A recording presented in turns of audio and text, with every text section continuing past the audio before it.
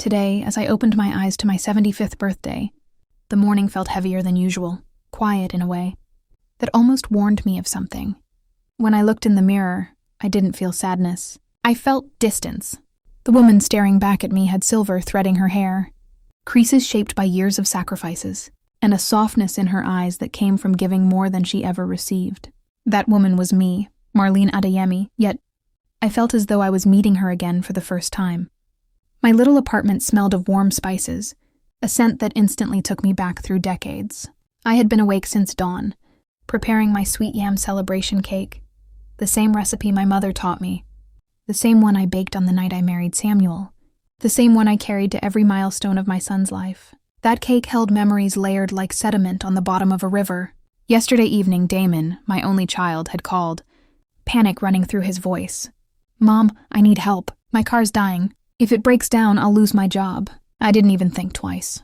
I withdrew almost my entire Social Security check and placed it in his hands. He kissed my cheek quickly, too quickly, and hurried off.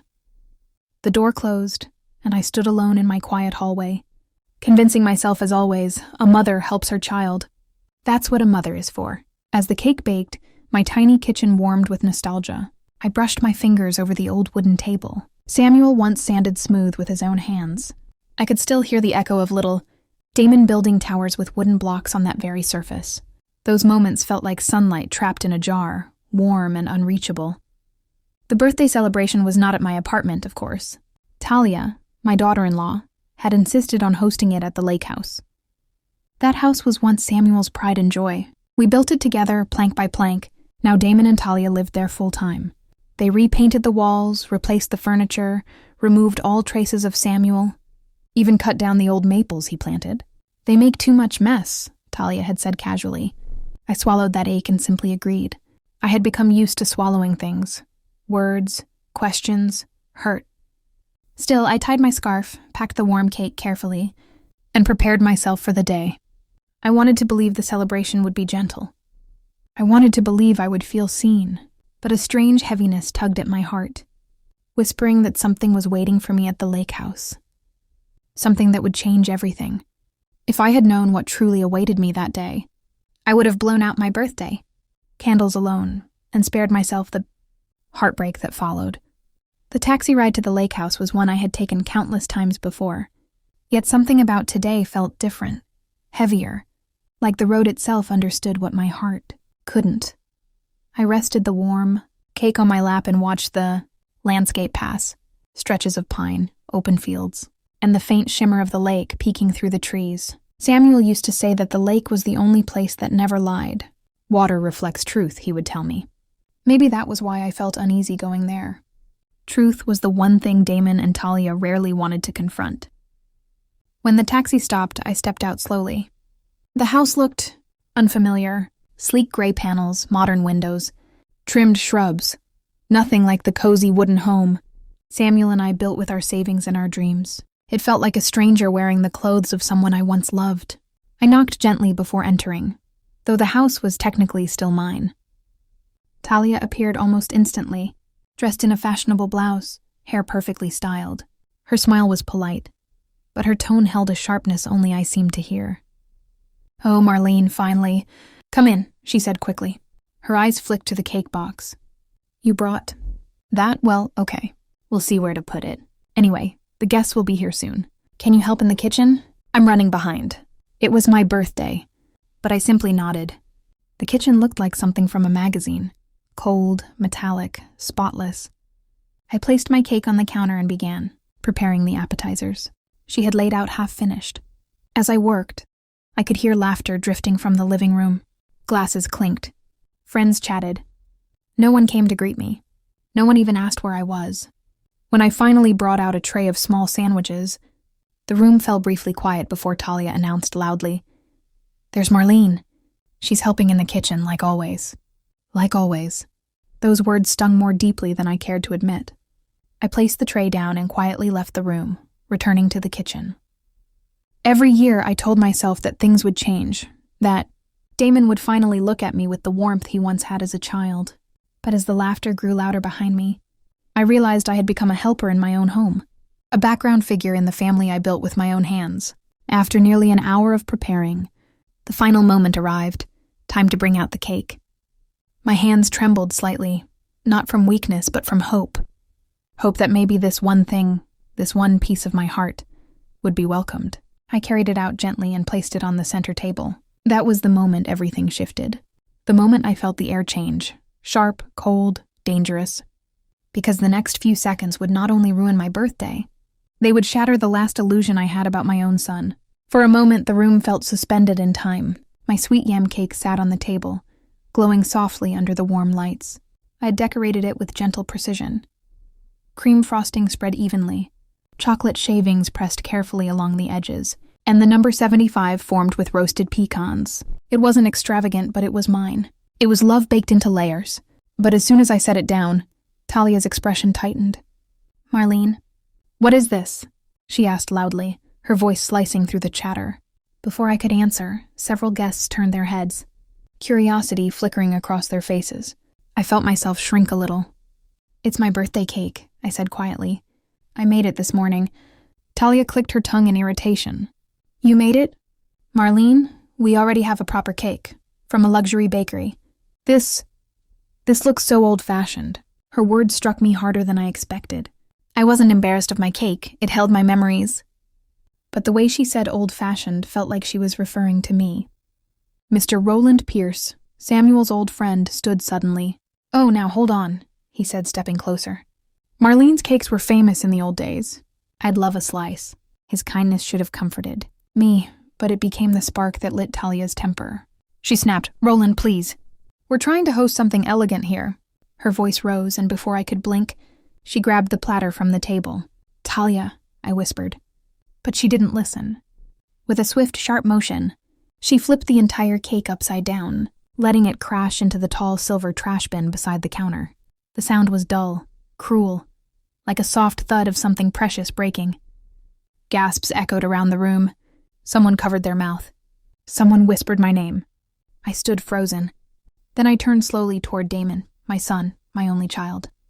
A small, fragile part of me still believed he would defend me, that he would step forward and say, "Mom, I'm sorry. That was wrong." But instead, Damon's face twisted with embarrassment, anger blazing in his eyes, not at Talia, but at me.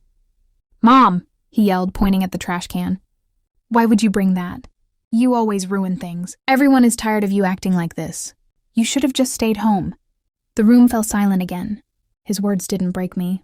They erased something inside me, quietly, permanently, like wiping away the last chalk line on a board. I felt the floor steady beneath me, not with weakness, but with a strange, cold clarity. I didn't argue. I didn't cry. I simply nodded once, and then I turned away, because what I chose to do next shocked every single person in that house and began a chain of events that none of them saw coming. I walked toward the foyer in complete silence, each step steady, unshaken, almost unfamiliar in its calm. Behind me, the room buzzed with uneasy whispers, but none of that touched me anymore. The moment Damon raised his voice against me, on my own birthday, in a house built from my sacrifices, something inside me had simply stopped. Not broken, stopped, like a machine finally shutting down after running too hard for too long. I reached for my old beige trench coat hanging near the door.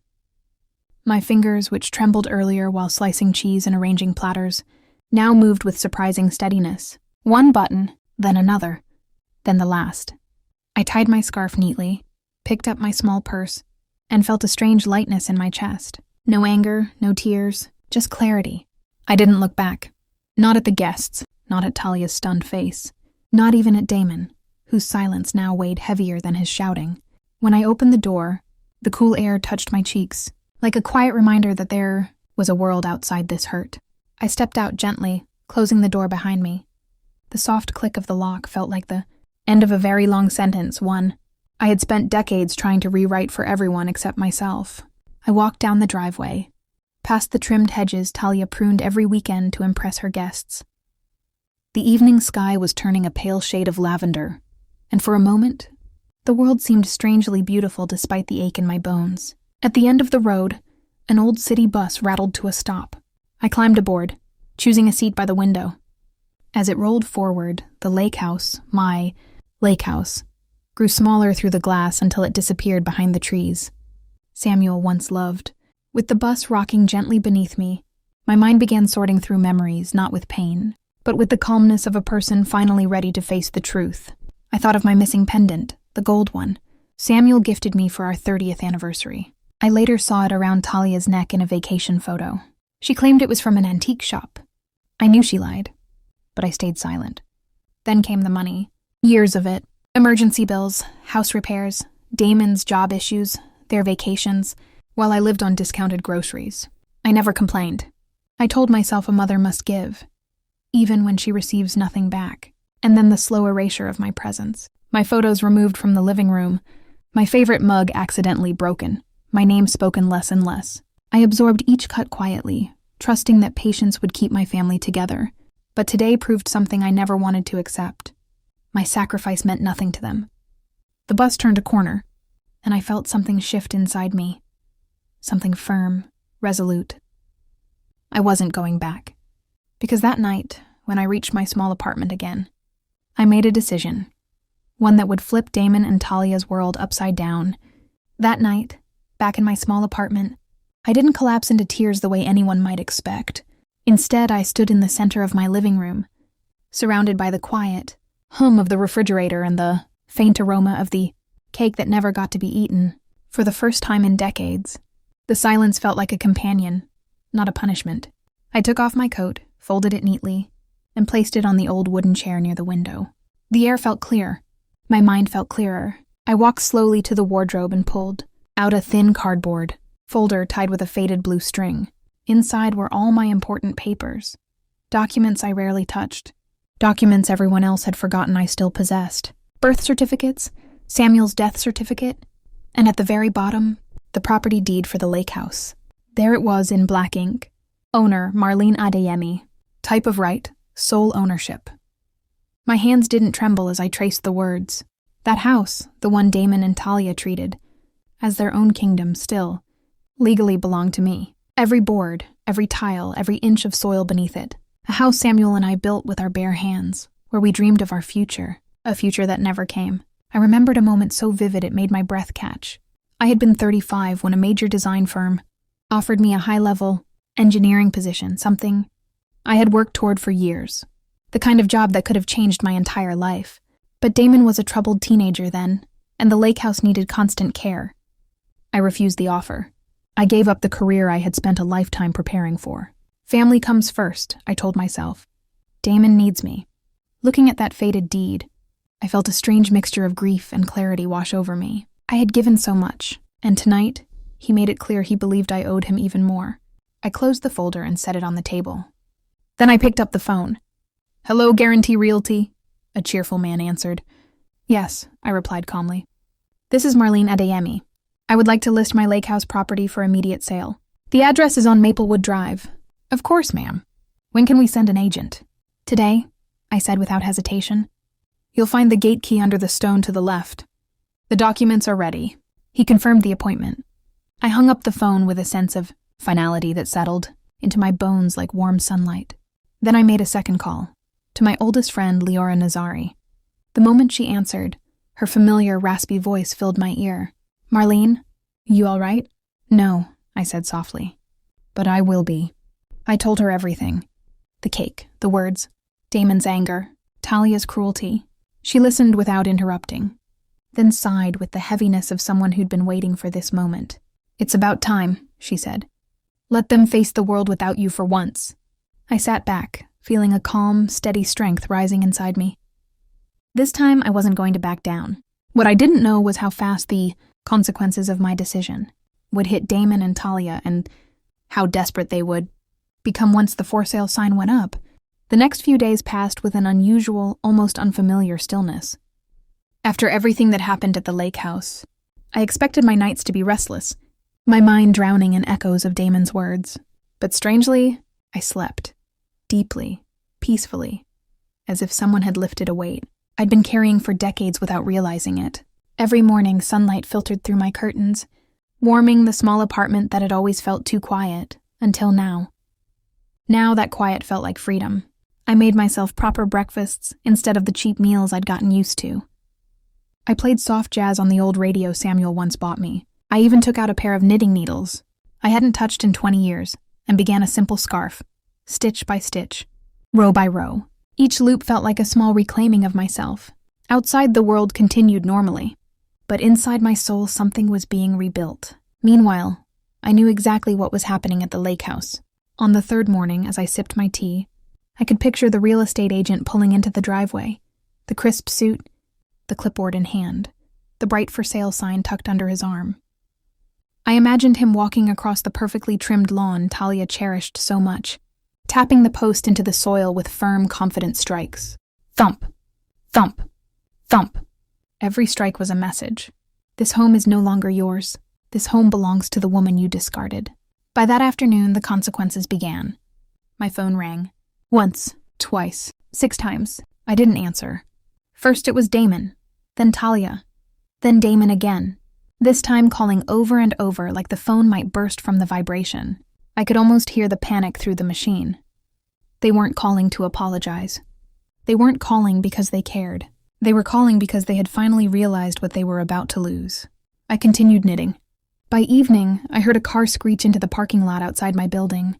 Doors slammed. Heavy footsteps stormed down the hallway. They didn't knock. The key scratched aggressively in my lock, their spare key. I once gave them in case of emergencies. The door swung open. There they stood. Talia's face was blotched red, her breath sharp and fast. Damon looked pale, shaken, like a man whose entire world had slipped from under him. "Mom, what did you do?" Damon shouted. I didn't stand. I didn't flinch. I continued knitting, the soft clack of the needles filling the room. They stared at me in disbelief. For the first time in my life, I wasn't the one afraid. I simply lifted my eyes and looked at them, calm, steady, unbroken. What happened in the next few minutes would finally expose who they truly were and who I no longer was. Talia was the first to explode into the room, her voice sharp enough to slice through the air. "Have you lost your mind, Marlene? You're selling the house? Our house? How could you do something so cruel?" The word "our" hit me like a cold gust of wind, but it didn't move me. Not this time. I kept my posture straight, my fingers continuing their steady rhythm with the knitting needles. For once, silence was my armor. Damon stepped forward next, his tone drastically different, soft, pleading, almost rehearsed. "Mom, why are you doing this?" he asked. "You're punishing us over a cake? Over something small?" Small. That word revealed everything. To them, it was small. To me, it was the last shard of a lifetime of disrespect. I set my knitting down gently on the little table beside me. The soft thud of the yarn against wood felt like a signal, a quiet start to a truth I had buried for too long. "This," I said calmly, "is not your home." They both froze. Damon blinked rapidly, and Talia's mouth opened in shock. I continued, my voice steady, each word landing like a stone in still water. "This house was built by Samuel and me. I alone own it. For 15 years, you've lived there without paying a single dollar. I gave you a place to live, and all I ever got in return was silence, disrespect, and demands." Talia stepped forward, her voice trembling between rage and desperation. "You can't just throw us out. We have children. We have lives." "And I had a life too," I said, my tone sharper now. "One I sacrificed. My career, my savings, my home, all for Damon, but last night proved something very clearly." I looked straight into my son's eyes. "You don't see me as your mother. You see me as a burden." Damon flinched as if the word struck him. Talia tried again. "We didn't mean—" "You meant every word," I cut in. "Especially when Damon told me to get out. He made it clear the house wasn't mine. I'm simply fulfilling your wish." The room fell into a suffocating silence. Finally, Damon stumbled back a step. "What are we supposed to do?" he whispered. "Where will we go?" I sighed, not from exhaustion, but from finality. "You have 30 days to move. The buyers will come for viewings. Cooperate with the agent. This is no longer your concern." Talia's face twisted, caught between fury and fear. She opened her mouth to scream, but no words came out. I picked up my knitting again, thread sliding between my fingers like a quiet victory. For the first time in years, I wasn't bending. I wasn't apologizing. I wasn't shrinking. I was standing tall without even standing. But their reaction was nothing compared to the chaos that followed in the weeks ahead when their perfect life unraveled faster than they ever expected. The days that followed were strangely calm for me. But I knew that on the other side of town, Damon and Talia's world was beginning to crack open. I didn't need to see it to feel it. Panic has a way of traveling through the air like a storm long before it arrives. I kept my phone unplugged to avoid their endless calls. The silence in my apartment felt fuller, warmer. I spent my mornings knitting, my afternoons cleaning corners of the home I'd ignored for years, and my evenings with soft music humming in the background. For once, my life belonged to me. Every hour felt like a gift I had forgotten I was allowed to receive. But out there, the unraveling had begun. Leora visited one morning, carrying a basket of fresh bread and fruit. She sat across from me, sipping tea, watching me knit. "You know," she said gently, "people in town are already talking. About the house. About Damon and Talia looking, well, lost." I didn't react. I kept knitting, my needles clicking softly. Leora leaned closer. "They're terrified, Marlene. Really terrified. Talia's been going door to door asking if anyone knows a cheap rental. Damon is taking extra overtime shifts. Word is, they're fighting constantly." I paused mid-stitch, not out of satisfaction, but because the truth of it felt heavy. They had lived comfortably for so long, off my kindness, my silence, my sacrifices. They never imagined the ground beneath them could shift. Leora placed her hand on mine. "They thought you'd forgive them as always. They thought you'd beg to reconcile." She let out a sad laugh. "But you finally remembered who you are." I smiled faintly. "I didn't remember. I just stopped forgetting." That afternoon, the realtor called with an update. The buyers were serious. They wanted a second walkthrough of the property. Everything was moving fast, faster than I even expected. Later that day, I went for a walk in the park near my apartment. The sun was gentle, warming my shoulders as children played nearby. I watched them run, their laughter echoing, a sound so pure it reminded me of Damon when he was small. Before the world complicated him, before he learned that taking was easier than giving. For a brief moment, I wondered if I had failed him, if my endless forgiveness taught him to treat me as someone without limits. But just as quickly, the thought faded. I had done what any mother would do. I had given everything I could.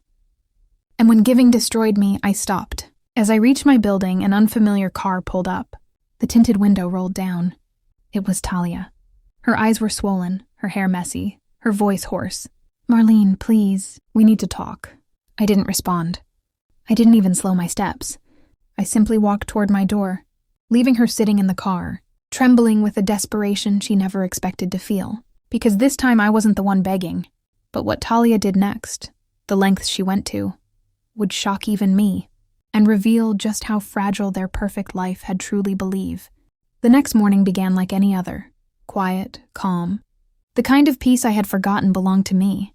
I made myself tea and sat by the window, watching the sun slowly rise over the buildings.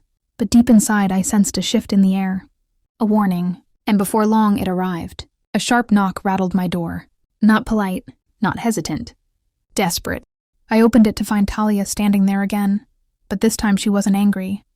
She was broken. Her expensive blouse was wrinkled, her hair pulled back carelessly, and her voice shook as she spoke. "Marlene, please don't do this to us."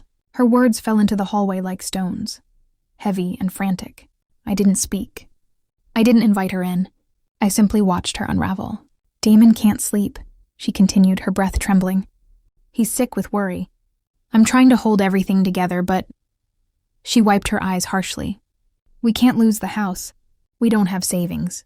We don't have anywhere to go, please." It was strange watching her crumble like that. For years she carried herself as if she were superior, fashionable, confident, untouchable. But now all that polish was gone, revealing something raw and frightened beneath. "Talia," I said quietly, "I warned both of you for years with my silence. But last night you made sure there was no turning back." She shook her head violently. No, you don't understand. Damon regrets it. He regrets everything. He's just stressed.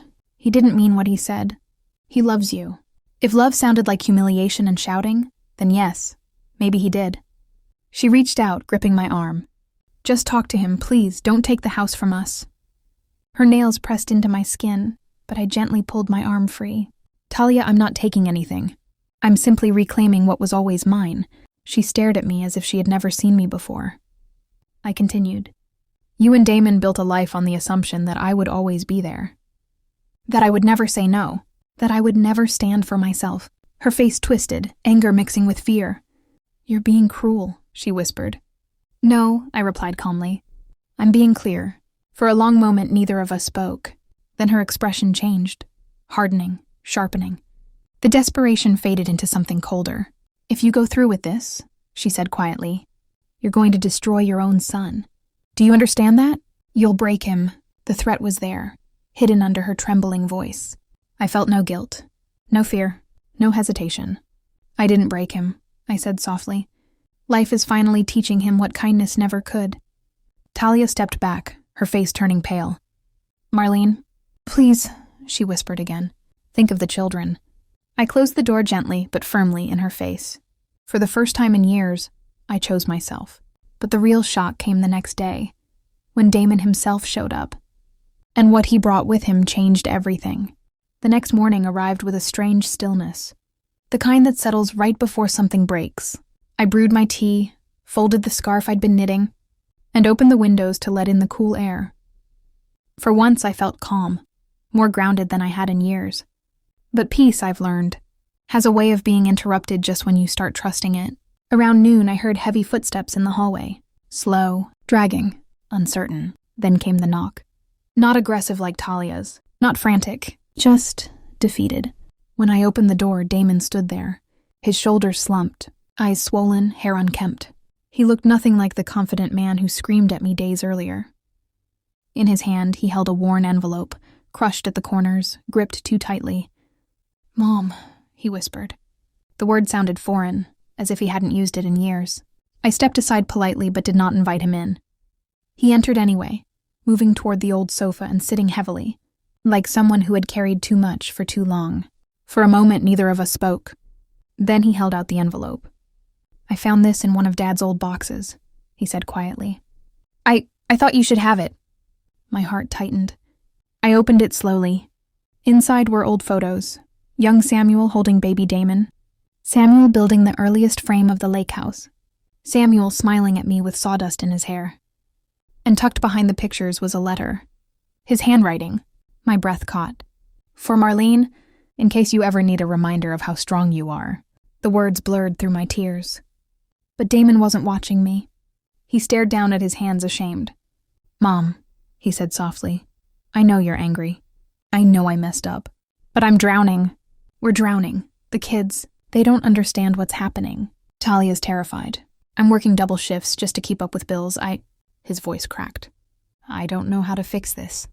For the first time in years, I saw my son not as the man who yelled at me, but as the boy Samuel used to carry on his shoulders, lost, confused, afraid of the world. But I didn't sit beside him. I didn't reach out. I didn't crumble. "Damon," I said gently, "I warned you for years in 100 quiet ways. You chose your comfort over my dignity. You chose silence when you should have spoken." He looked up at me, tears forming in the corners of his eyes. "Are you really selling the house?" he whispered. "Yes," I replied softly, "I am." His face sank like a stone thrown into deep water. "Mom, please," he said, voice breaking. "Don't do this. I'll change. I'll do better. Just don't take our home." For years that plea would have broken me. But now, it only confirmed that they still didn't understand. "It was never your home," I said. He buried his face in his hands, choking back a sob, a grown man collapsing under the weight of his choices. And I felt no hatred, only a quiet, steady sadness. But what happened after Damon left, when the buyers made their final offer, would push everything toward a point of no return. After Damon left, I sat alone with Samuel's letter resting in my lap.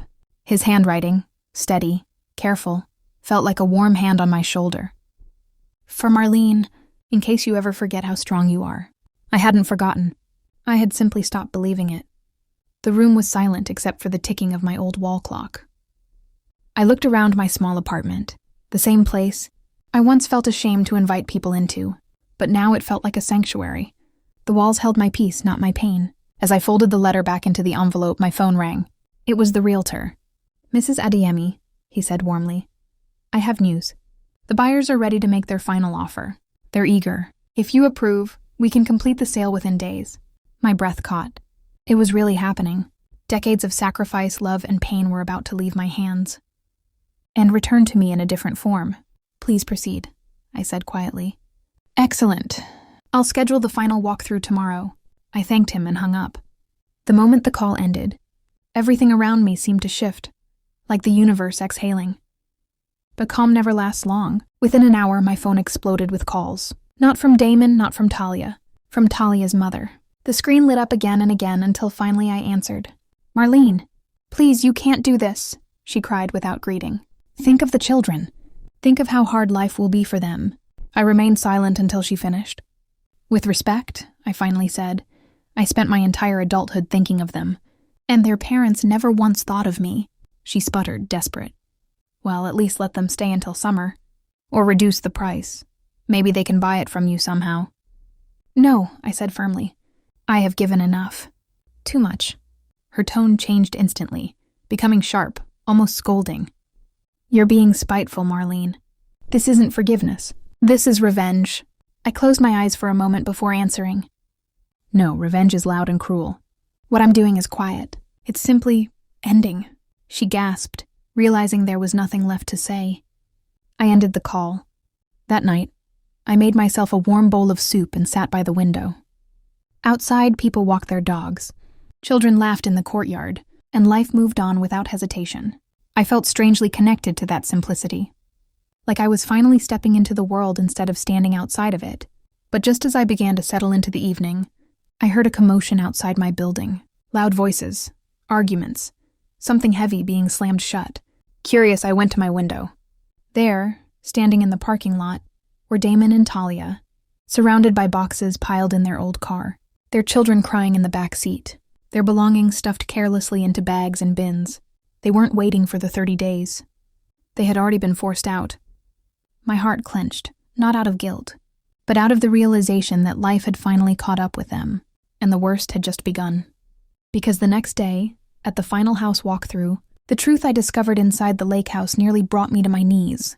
The next morning, I woke with a strange heaviness in my chest, as if something important was waiting for me.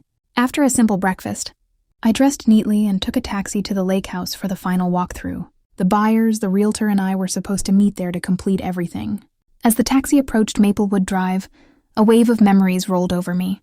The road where Samuel pushed Damon's tricycle, the patch of grass where we camped under the stars, the trees Samuel planted with his own hands, now gone, our laughter, our dreams, our quiet moments, all woven into this land. When I stepped out of the taxi, the lake house stood silently before me, looking both familiar and foreign. The for sale sign was planted firmly in the ground, gleaming under the morning sun. For the first time I felt no pain seeing it, only relief. The realtor arrived shortly after, greeting me warmly before unlocking the door. As I stepped inside, a chill ran through me. The house was a disaster. Boxes thrown around, trash bags in the corners, cupboards left open, furniture pushed aside, empty bottles on the counter, as if Damon and Talia had fled, not moved out. I walked slowly through the rooms, absorbing the chaos. It wasn't just a mess. It was a reflection of years of neglect hidden. Behind pretty appearances, behind the kitchen island, I found something that made my breath hitch. A shredded photo album, mine.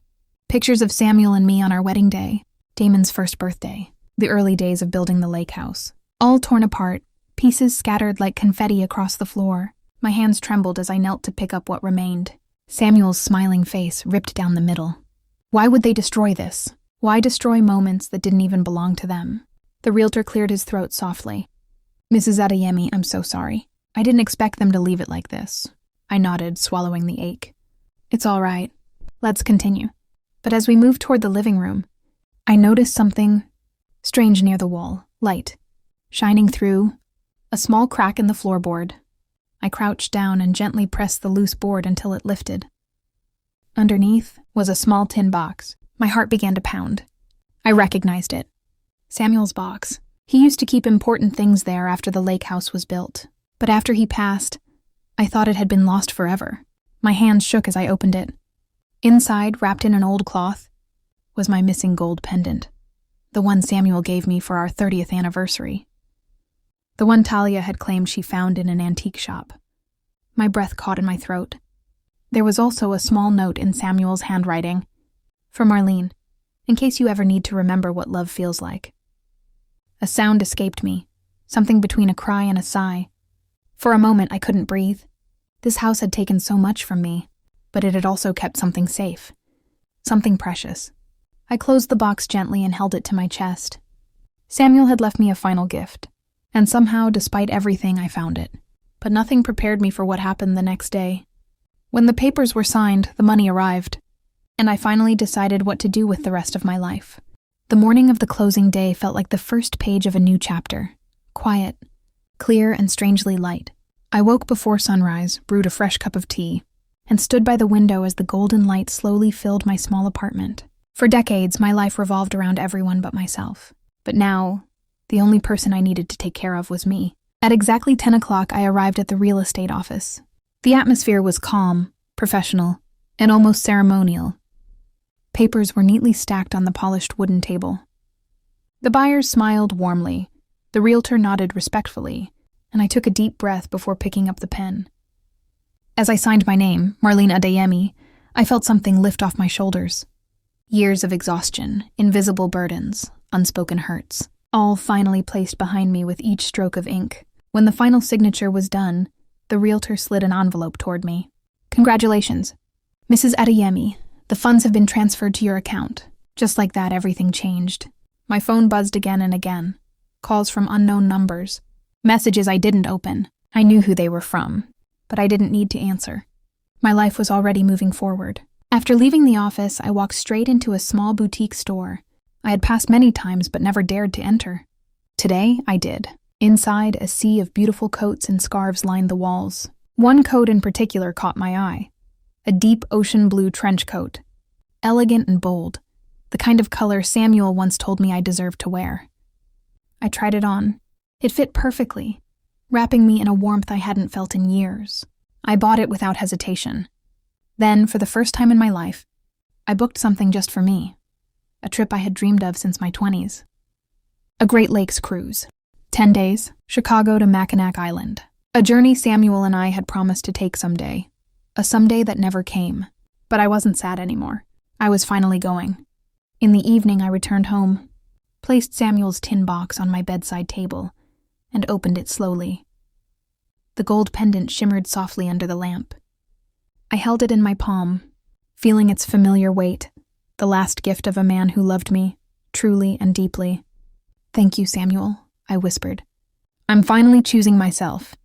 The next morning, I stood on the deck of a gleaming white cruise ship. The wind brushed against my new blue coat. The lake shimmered beneath the sun, and for the first time in decades, my heart felt wide open. No fear, no guilt, no regrets, just peace. I opened my sketchbook and began to draw. The water, the sky, the gentle movement of the waves. Line by line, stroke by stroke, I rebuilt myself on the page. I thought of Damon and Talia, not with anger, not with resentment, but with quiet detachment. Their journey was theirs now. Mine was finally my own. As the ship pulled away from the dock, I looked out at the endless blue horizon and smiled. At 75 years old, I was finally free,